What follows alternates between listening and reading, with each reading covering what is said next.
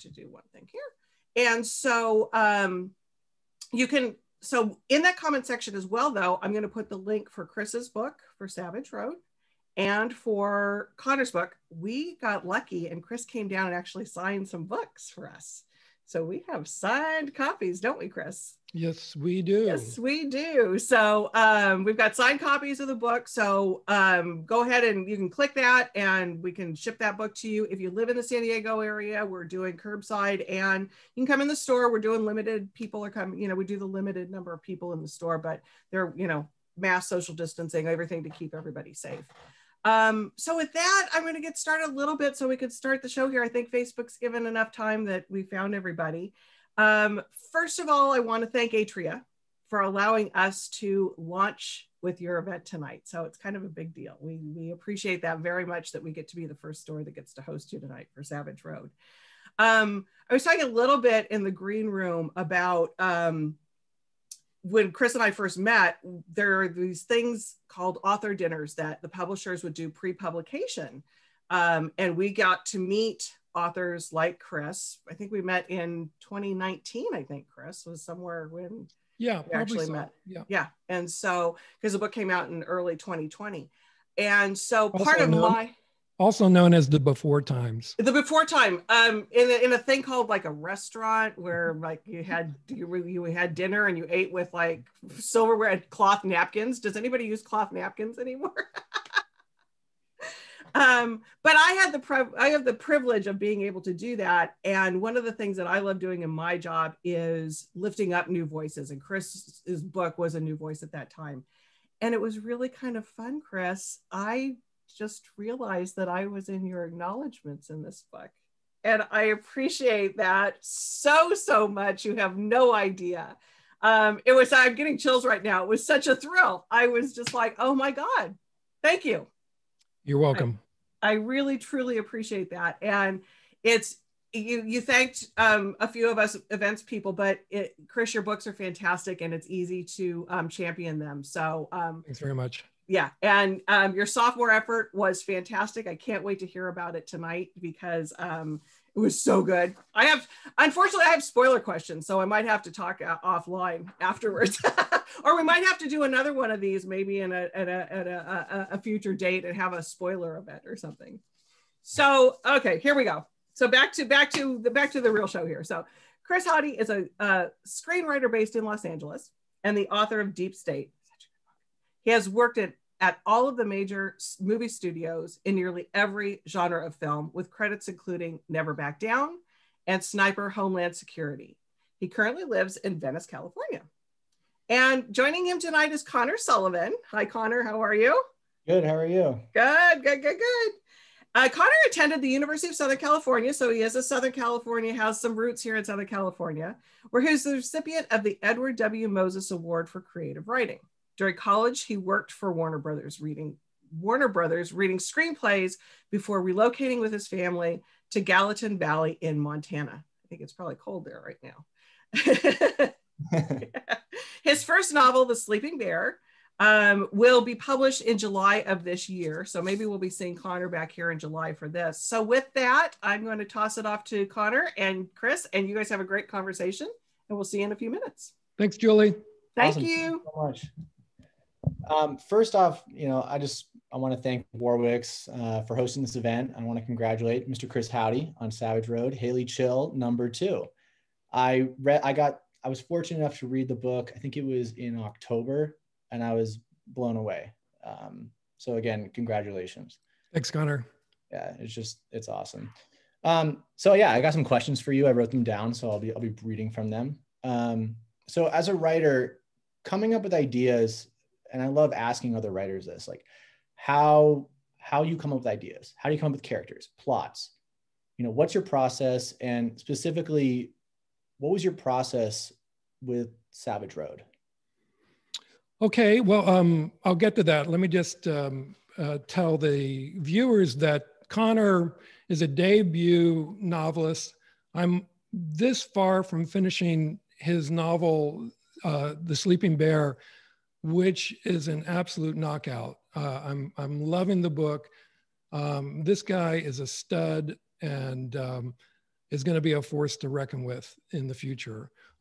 So be on the lookout for Sleeping Bear. Comes out, I believe, in July, Connor, right? July 6th. It's really, really good. And that's the honest to God truth. Also, I promised on social media that I would be giving away, that one of the signed books here at Warwick's will be given away to one of our viewers tonight on me. And the way that we're going to determine who gets that free copy, signed copy, is pure nonsense. And so the way that you're going to win that book is by guessing the number of words in book 3 of the Haley Chill series. The manuscript has been turned in to my esteemed editor, and I would have normally said, guess the number of words in Savage Road.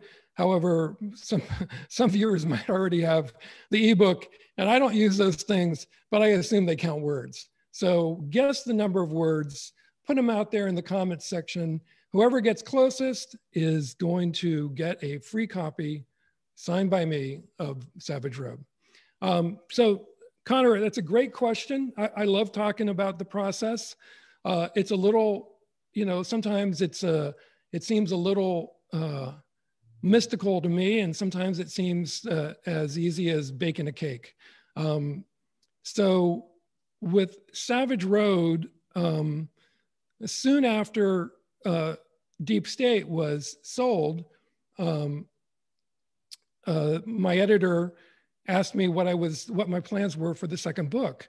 And I had no plans for the second book. I didn't even realize at that point there was going to be a second book. Deep State was my first novel that I wrote. And so I got to it on Google, of course.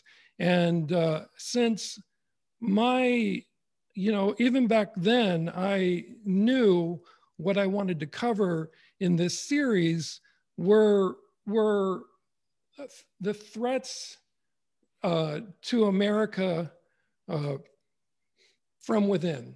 Yeah. That I wouldn't cover so much international territory, not because I don't find that territory interesting, but because, frankly, it seemed to be new territory, that it wasn't covered as much by other authors in the genre. And so I Googled the biggest threat to America today. This was about a year and a half ago, I think. And the number one threat to America was cyber warfare. Yeah.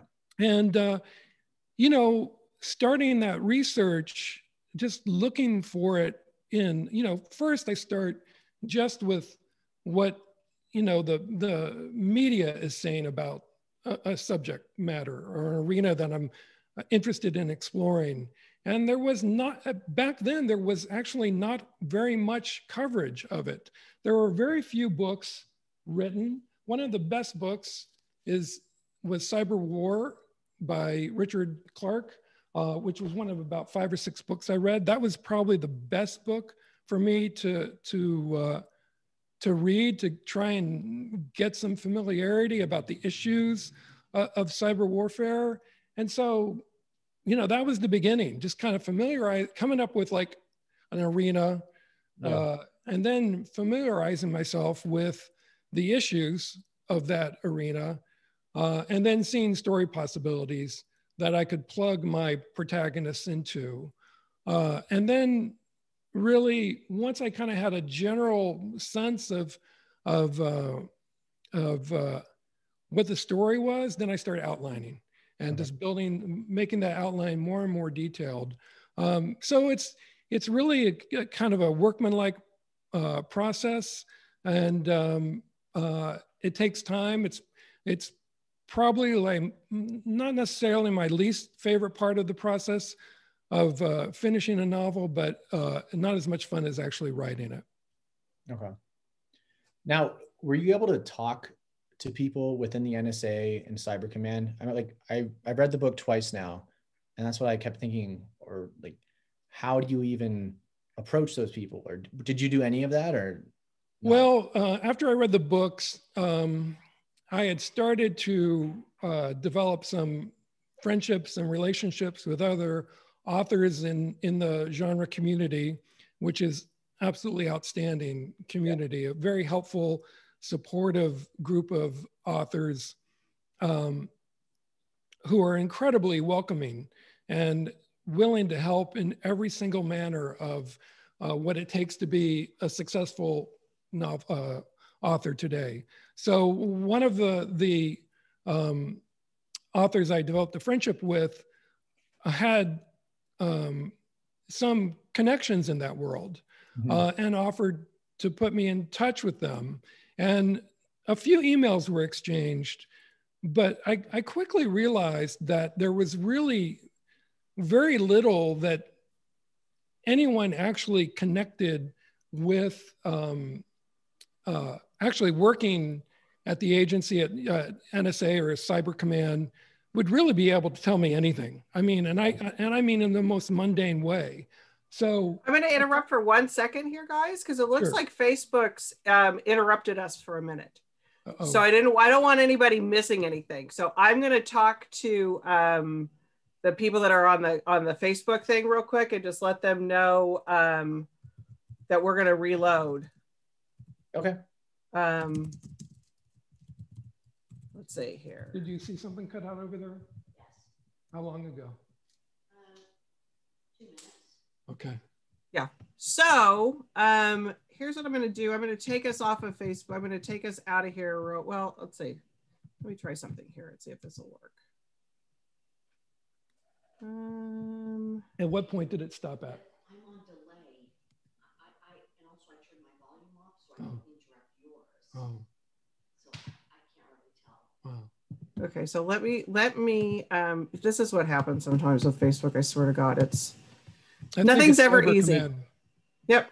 So let's go out live again and see if we can, because we had about 30 people who were with us. So let's see if we can get everybody back again. I've got to be able to go back on, I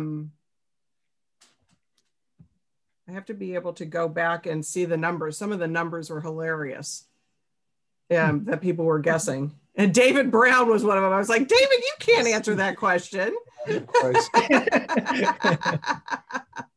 Okay, Getting let's all see. these texts from friends saying it's not. Yeah. So tell them we're getting right back on here. So let's see. And Chris Hauty. And I will say we're back live again.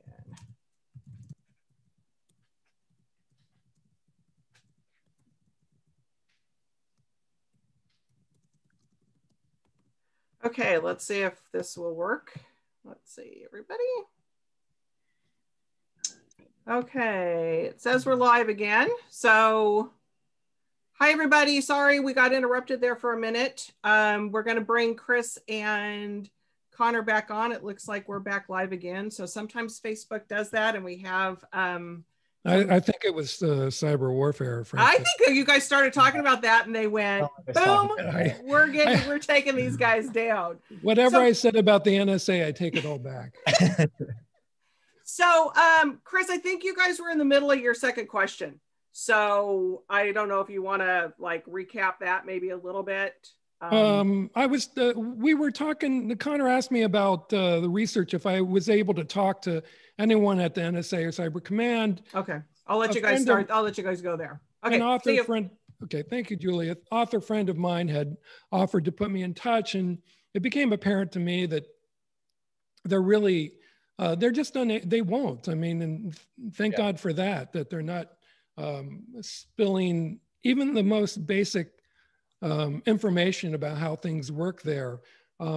So like I had said earlier, in case you missed it, and why is this going out of, there it is. It's not me who's drinking, it's the camera. Cyber War by Richard Clarke was an excellent source for just kind of an overview about, why should we be concerned? And then for a more kind of granular information about just kind of like what it's like to work at the NSA, I found this really great little book that is heavily redacted because, like I said, the information really isn't freely given out. You know, one of the reasons why I wanted to focus on the NSA and Cyber Command is precisely because of that mysteriousness about it. It's unknown. It's kind of scary for that reason. Mm-hmm. It's kind of sexy for that reason. And, you know, after, you know, the 3 decades of experience in Hollywood, always, you know, I developed just kind of like a laser guided sense for finding arenas like that, that I could, you know, spin my tales, because what I'm creating, what my agenda is to create a speculative political fiction, not, you know, I was there and I'm going to bring that world to you. It's just you know, I haven't had that background. So I'm compensating by getting as much research as I can, and then letting my imagination run a bit wild. Cool. That's awesome. Thank you. All right. So my next question is kind of long, but I worked very hard on it. So I'm excited to hear your answer. All right. So Savage Road could not have come out in a more timely manner. In the last couple of weeks, it has come to the public's attention that Russia, for the better part of the year or longer, is believed to have hacked upward of 250 United States federal agencies and businesses. American officials are still trying to understand the Russians' motives, whether it was an espionage operation or something much more sinister, like creating backdoor access into government agencies, major corporations, transportation systems, or even the electrical grid. Having researched extensively for Savage Road, do you now look at our country differently in terms of its vulnerabilities to a mass scale cyber attack? And if so, what have you done personally after researching and writing Savage Road, knowing now the potential of what a cyber attack could do? Okay, I'm going to answer that. That's a great question, Connor. Again, I'm going to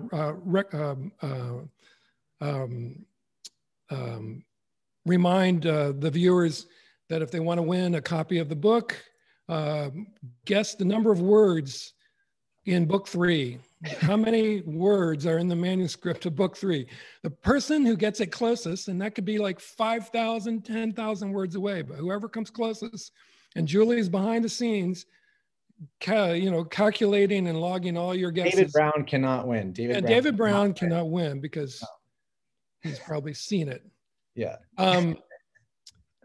So yes, I do look at the U.S. differently. One of the central ideas, a real honest to goodness thread throughout Savage Road, is the idea that civilian targets, banks, hospitals, the electrical grid in the US are undefended, more or less. Yeah. In comparison, I thought, to government networks and systems. That's what Richard Clarke talks about a lot, that DC would be fine in the event of a massive cyber attack. Everybody out in America, good luck. What the Russian attack of the last few weeks, and more recently in the last 10 minutes on Facebook to interrupt this broadcast, is that government institutions, the Federal Reserve, the Pentagon, all of them were hacked by a friendly tools attack, where tools that all these agencies and institutions, you know, willingly, obviously uploaded to protect their systems. The tool itself was hacked. So, you know, on a scale of 1 to 10, you know, my anxiety factor was prior to the Russian attack, the recent Russian attack, might have been a 7 or 8, because after my research, I realized how much of this stuff was already out there. Yeah. It's not a matter of our enemies figuring out a way to get this stuff. By what I mean by stuff is malware, logic bombs, anything that's going to take out a network or computer system. It's not a matter of them figuring out how to get it in there. It's already in there. All of our systems have been compromised, and were compromised a long time ago. And it's just sitting there like, sort of like sleeper cells in that kind of old spy drama kind of idea. It's there, they're waiting to be activated. So the institutional decision needs to be made by an enemy, whether it's a state operator like Iran or Russia or North Korea, or a smaller actor, perhaps, which might be potentially explored in a thriller novel written by someone like me. And so after I did my research, in answer to your second part of your question, I'm not a prepper by nature.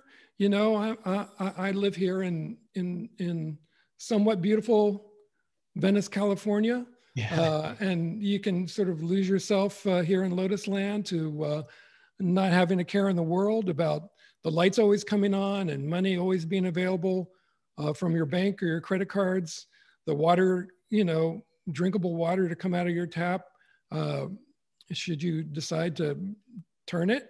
And so after I did my research, the first thing I did was I went out and bought I became more of a prepper, in short. Yeah. I went out and I bought a Honda generator, about a month's supply of freeze-dried food that will last 20 years in my closet, and always have on hand about 25 gallons of bottled water.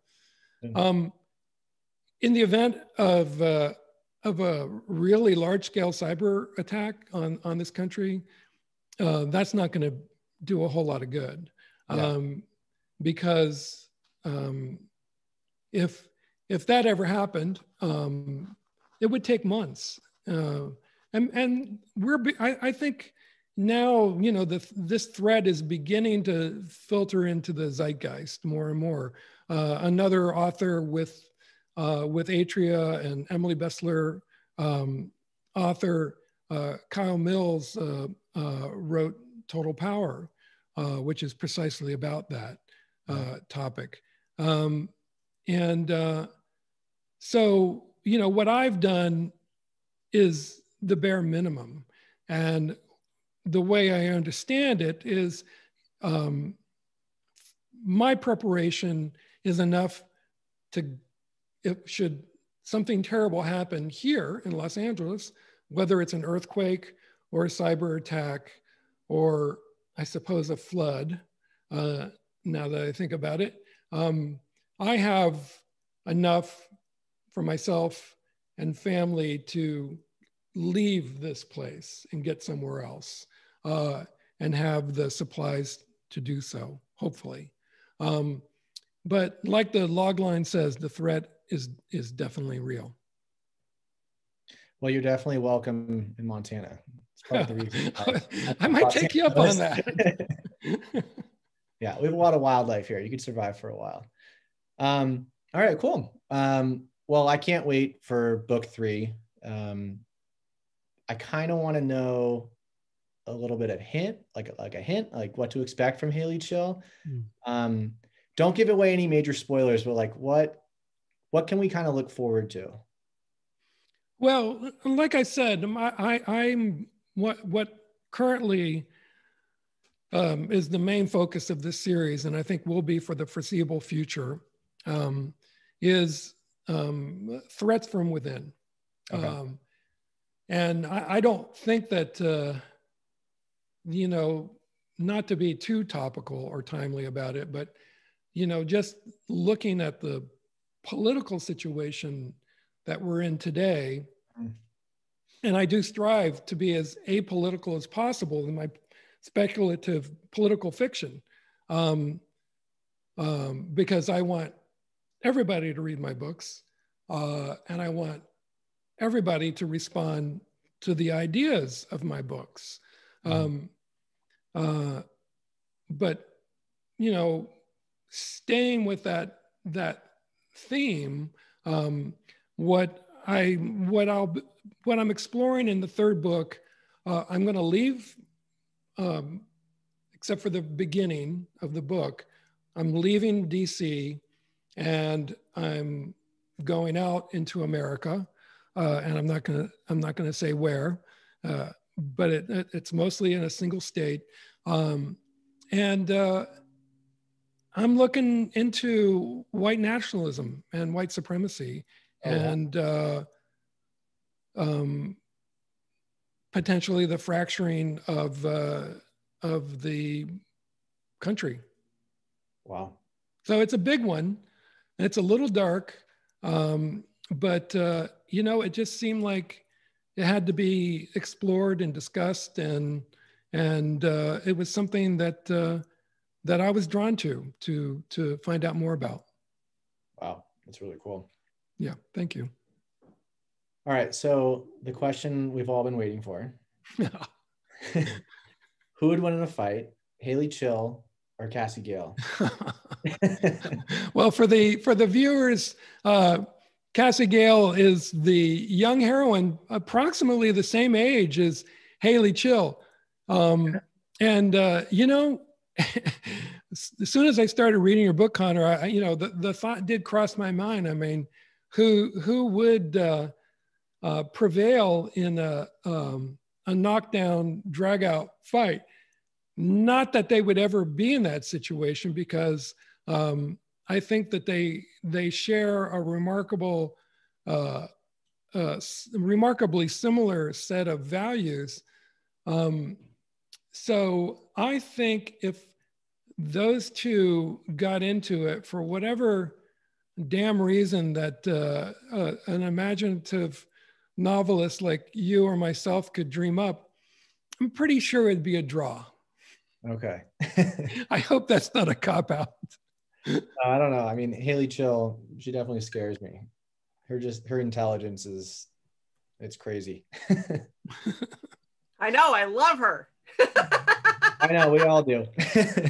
She's fantastic. She's such a good, Chris, I love that you made I love that you made her a heroine. I love that, you know, and you mentioned a little bit about how you, for a political thriller, you are apolitical, and it's like this, you don't really, you know, and that's what's so great, is that anybody can pick this up and not like get pissed off one way or another on it, you know. Well, I'm really glad that that's come through. I mean, I've gotten that feedback and from book bloggers and book reviews from readers, and you know, that was very definitely my agenda from the get-go. And you know, not entirely mercenary. You know, I do want to sell books, and I do hope everyone who's watching tonight will clear out the stock of Warwick's. Yeah. Buy for a gift. And buy books, buy my books, buy other authors' books, buy Connor's books. But, you know, also just briefly stepping on the soapbox, very briefly, you know, I think what she talks about in terms of, you know, Haley's apolitical. And so, you know, it's no shock that she speaks, you know, my protagonist, my franchise character speaks a bit for me, in the sense that we are all Americans. We are all blessed with this document, and protection of the US Constitution. And at the end of the day, that's what we fall back on. And that's what makes us common and in purpose, and I hope that comes through. You know, I really do. If it inspires, you know, two people on opposite sides of this political polarity that we're living under, if it causes two people to actually converse a little bit and see that we share a lot more in common than we have in opposition, then job done. Yep. And you've done it in an entertaining way, because political thrillers they're great page turners, but what you learn in them is just amazing. And like you've brought out, Connor, I mean, some of the research and stuff is just, and the cyber stuff is just nuts. And like you said, they're there. They're just waiting, and we just have to stay that one step ahead of everybody. Did you read Ted Koppel's book, Chris, by any chance? Lights Out? I just found that it was more helpful, in your prepping. Well, what I was going to say is that Clark's book and Koppel's book, they're more for the general audience. We're not going to get too deep into acronyms, and I mean, there are acronyms, believe me. Right. You need acronyms, right. But just the overly technical stuff, which frankly, I come from a history in screenwriting in Hollywood, and if you want to send a message, call Western Union. I mean, that's beat into you from day one. So it needs to be entertaining. It needs to be accessible and fun to some extent. So Koppel's book and Clark's book really were kind of a great sort of layman's introduction to what's going on and the issues that I think are of a concern of the potential readers of the book. Mm-hmm. Yeah, that's the thing. It's like it brings it home a little bit more. We hosted him for that book a while ago, and nice. Everybody left there like getting ready to prep. I mean, that was the takeaway from that. It's not about fear; it's about preparation. And his whole point was, it's gonna happen. Yeah. It's, and it is a matter of time, and you have to be prepared. And like you said, not live in the fear of it. Okay, let's get to some fun stuff. So, the numbers were hilarious. I've got to go and find this one person who said 574. Or was his 574,000 or 5? No words. Clearly they want to buy a book. And I was cracking up. I was like, are you kidding me? Oh, who was that? Oh, well, I can't find it now. Oh, there we go. Jeremy Edwards said 547 words. So I thought that was pretty fun. I think he's a little far off. Yeah. Stephanie Ramsey, 94,500. Jeremy came in with another number, 97,671. Stevie Rosemary came up with 188,502. Stevie, that's 2 books. That's 2 books. That's a high school friend of mine. Good buddy. There you go. Don Bentley came up with 75,000. Jeffrey Satis came up with novella. That's a novella. Jeffrey Satis came up with 90,005. So he's playing. I like it. I like it, Jeffrey. That 5's thrown in there. That's a good my old boss. Oh, I love that. Okay. Todd Wilkins came up with 99,999 words on the dot. Let's see what else we've got. Anybody getting close yet, Chris? I got 95. Hold on, let me see. I've got a few more. David's bummed that he can't. Okay, somebody's got 64,000. Marissa has 96,222. Brian Andrews 107,500. Paul Burgess 89,200. Annie has 173,371. Annie, I think that's 2 books too. Yeah, David's guess was 74,999, but we all said David couldn't win. Sorry, David, if you're still on here with us. Does any of the viewers have any questions for us? That's 48,000. Not quite yet. Hold on. That's where I was going back to this too. So let's see if we've got the questions coming. I heard one number that was close, so I remembered what you said. But Okay, good. Let's see if there are any latecomers still mulling over there. Okay, so Morgan McNanny has I was wondering how Chris developed such a good sense for writing dialogue. Well, that's an easy one. I've been writing screenplays, and a lot of them, which, excuse me, are, you know, it's a lot of dialogue. So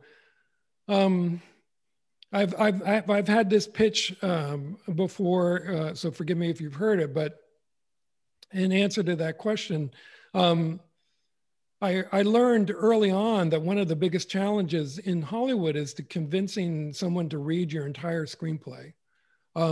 Connor's before he got smart and got the hell out of LA and got into writing thrillers.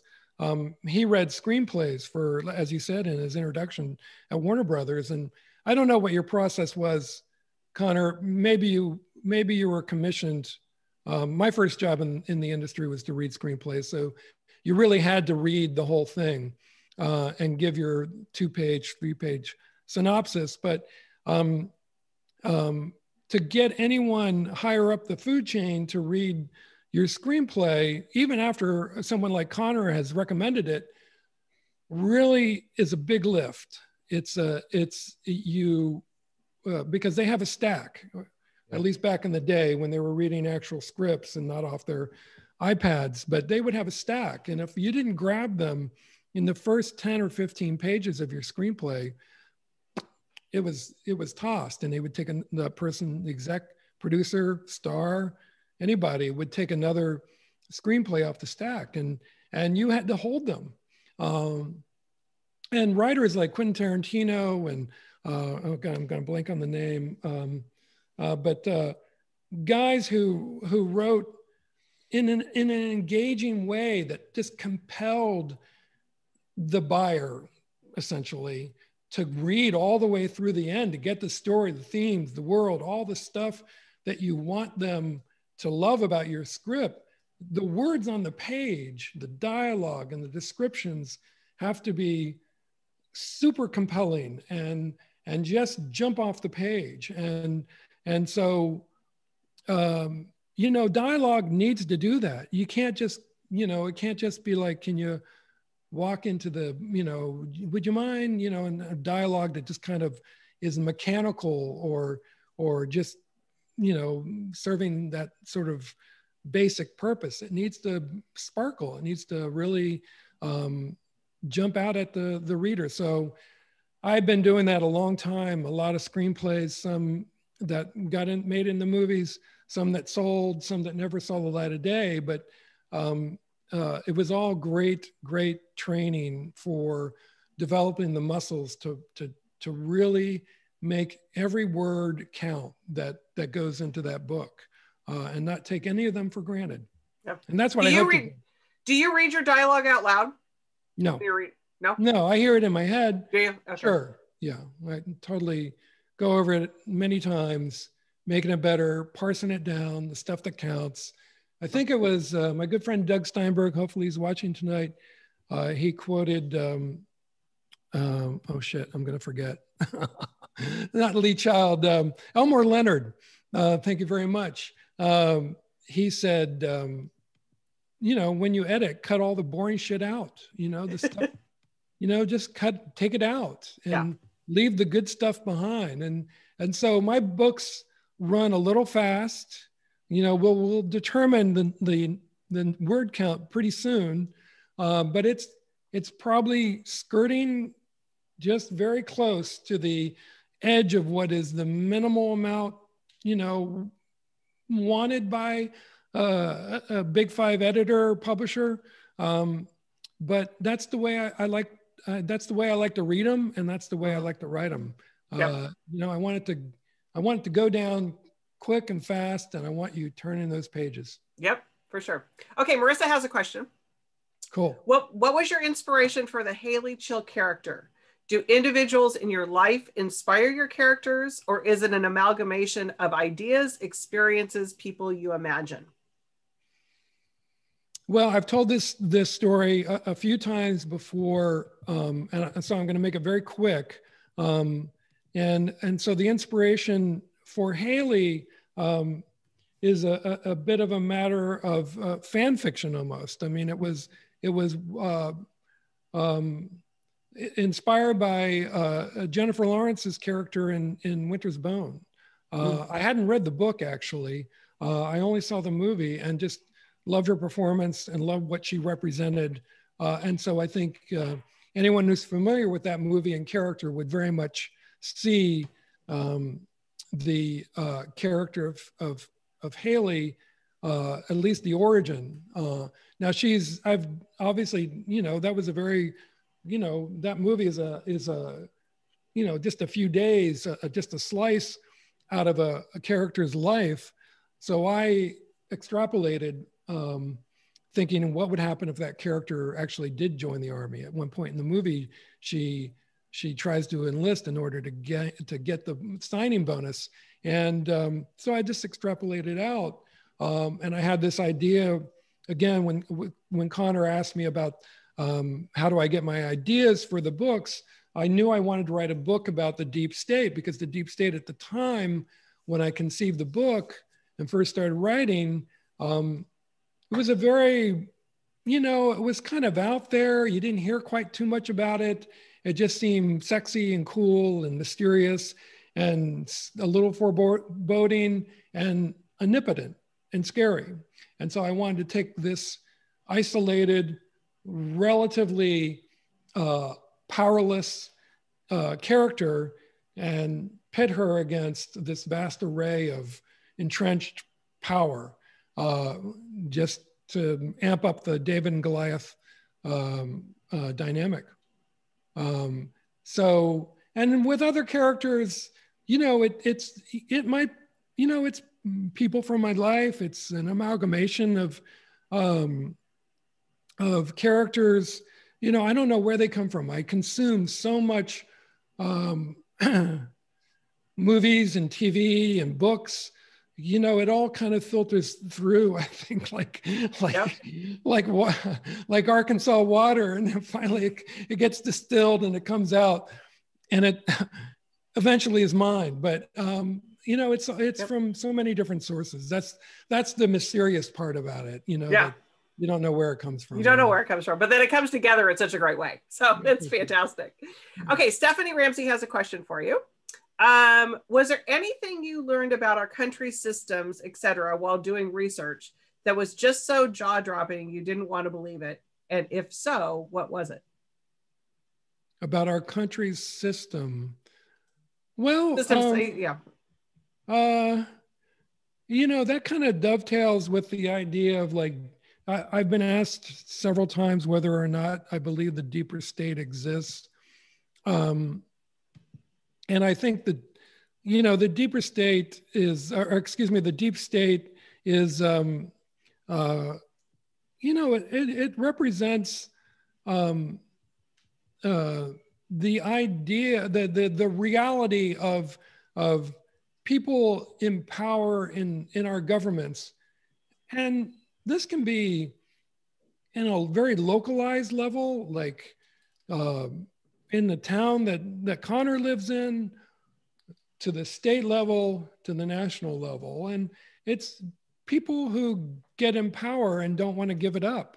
And in the case of the deep state, you're talking about people who aren't elected, who aren't limited by terms. So I guess that was sort of eye-opening, but I think for this particular book in Savage Road, what was really eye-opening, I've already covered in answer to one of Connor's questions about the idea that the civilian sector has been left relatively defenseless to cyber attack. And that was my eyes were wide open.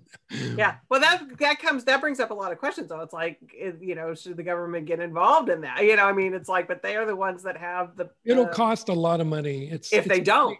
It's a money thing. It's just Yeah. going to be hideously expensive. These systems can be hardened.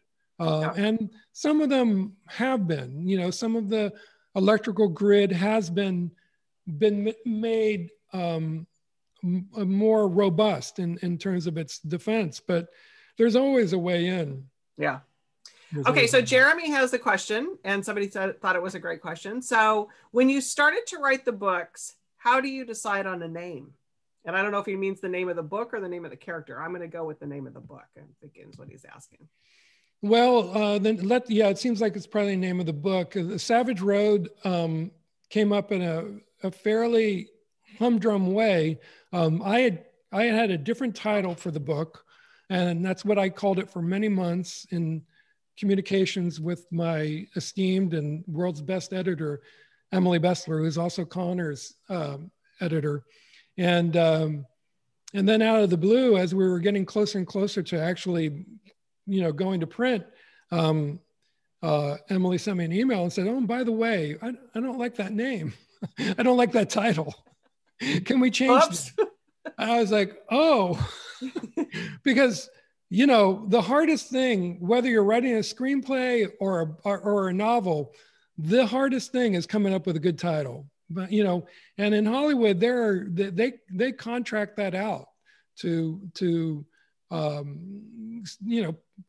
people who will give you 30 ideas for a title of your movie, and so I didn't have access to those guys.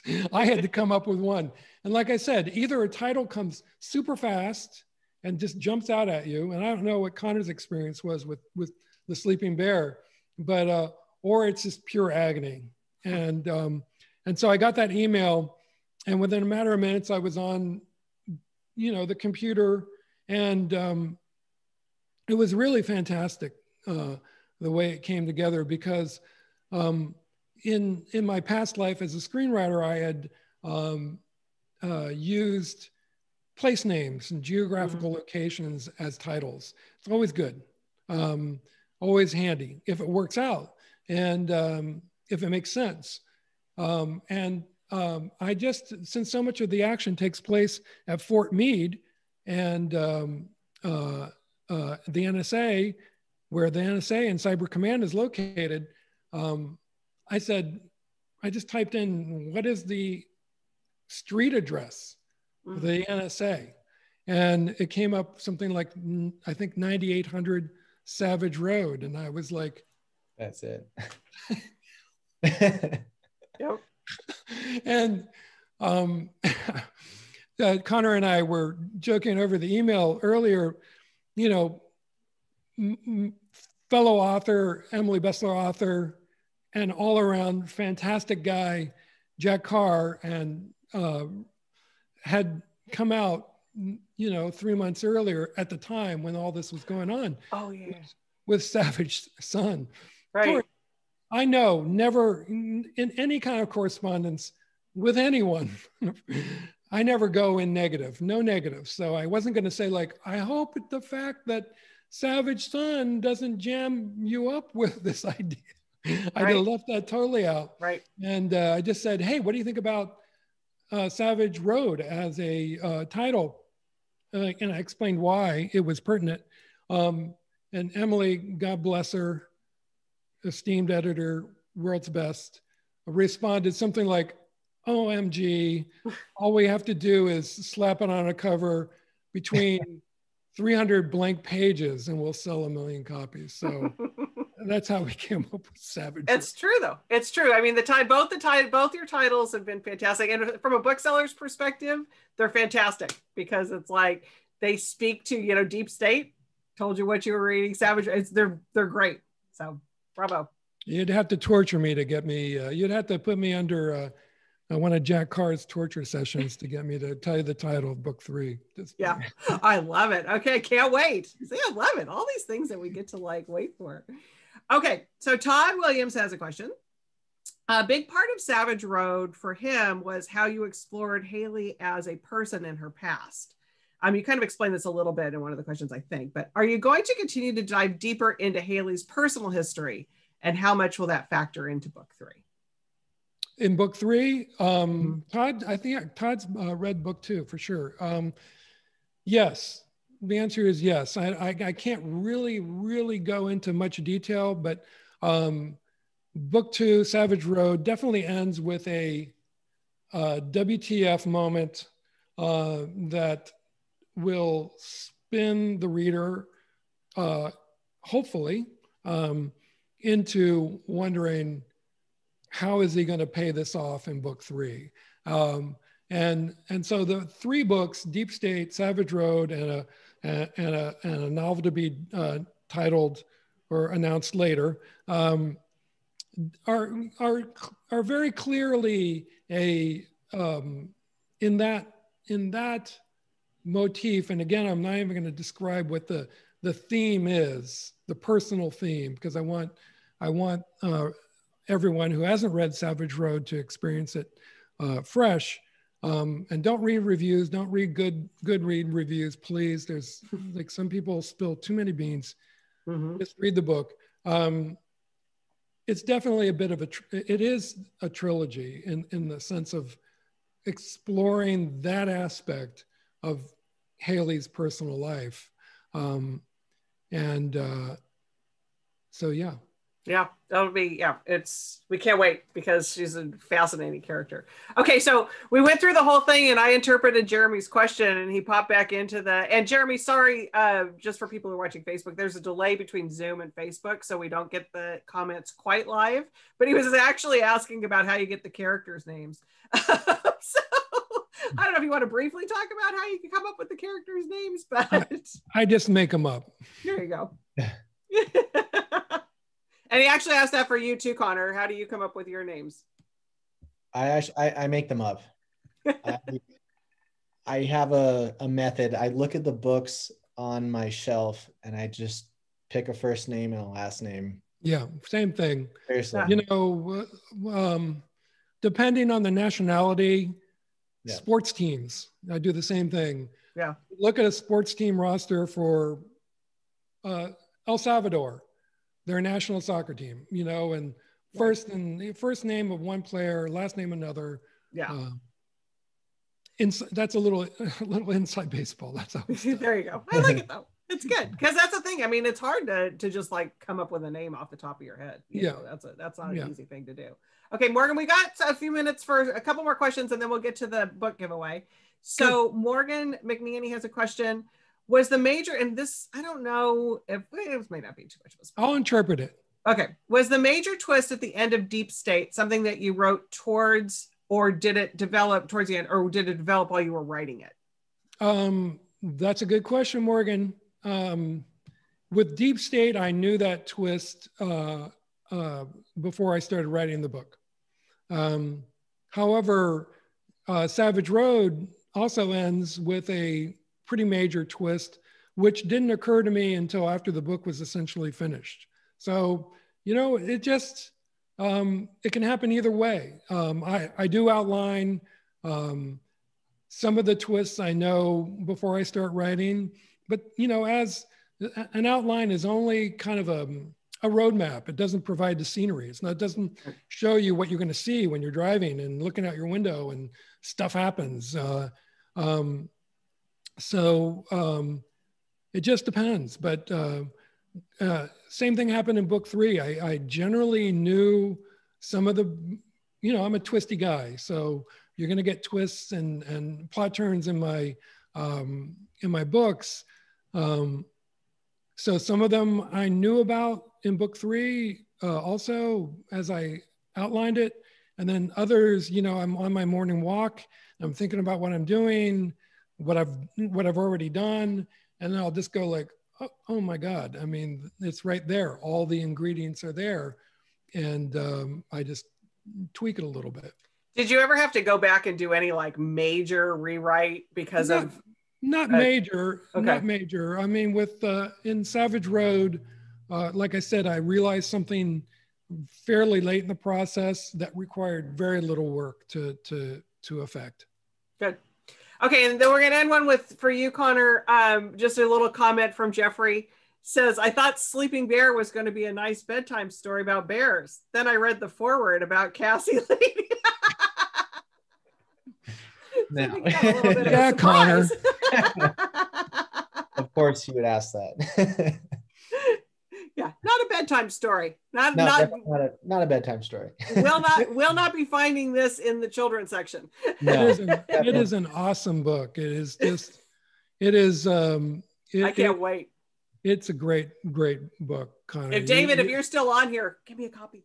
If it's, you know, for it to be your first book, it really is quite phenomenal. It's well, thank you. That means a lot, especially coming from you. It's written with such confidence and certainty. It just blows my mind that it's your first book. Well, thank you. Can't wait.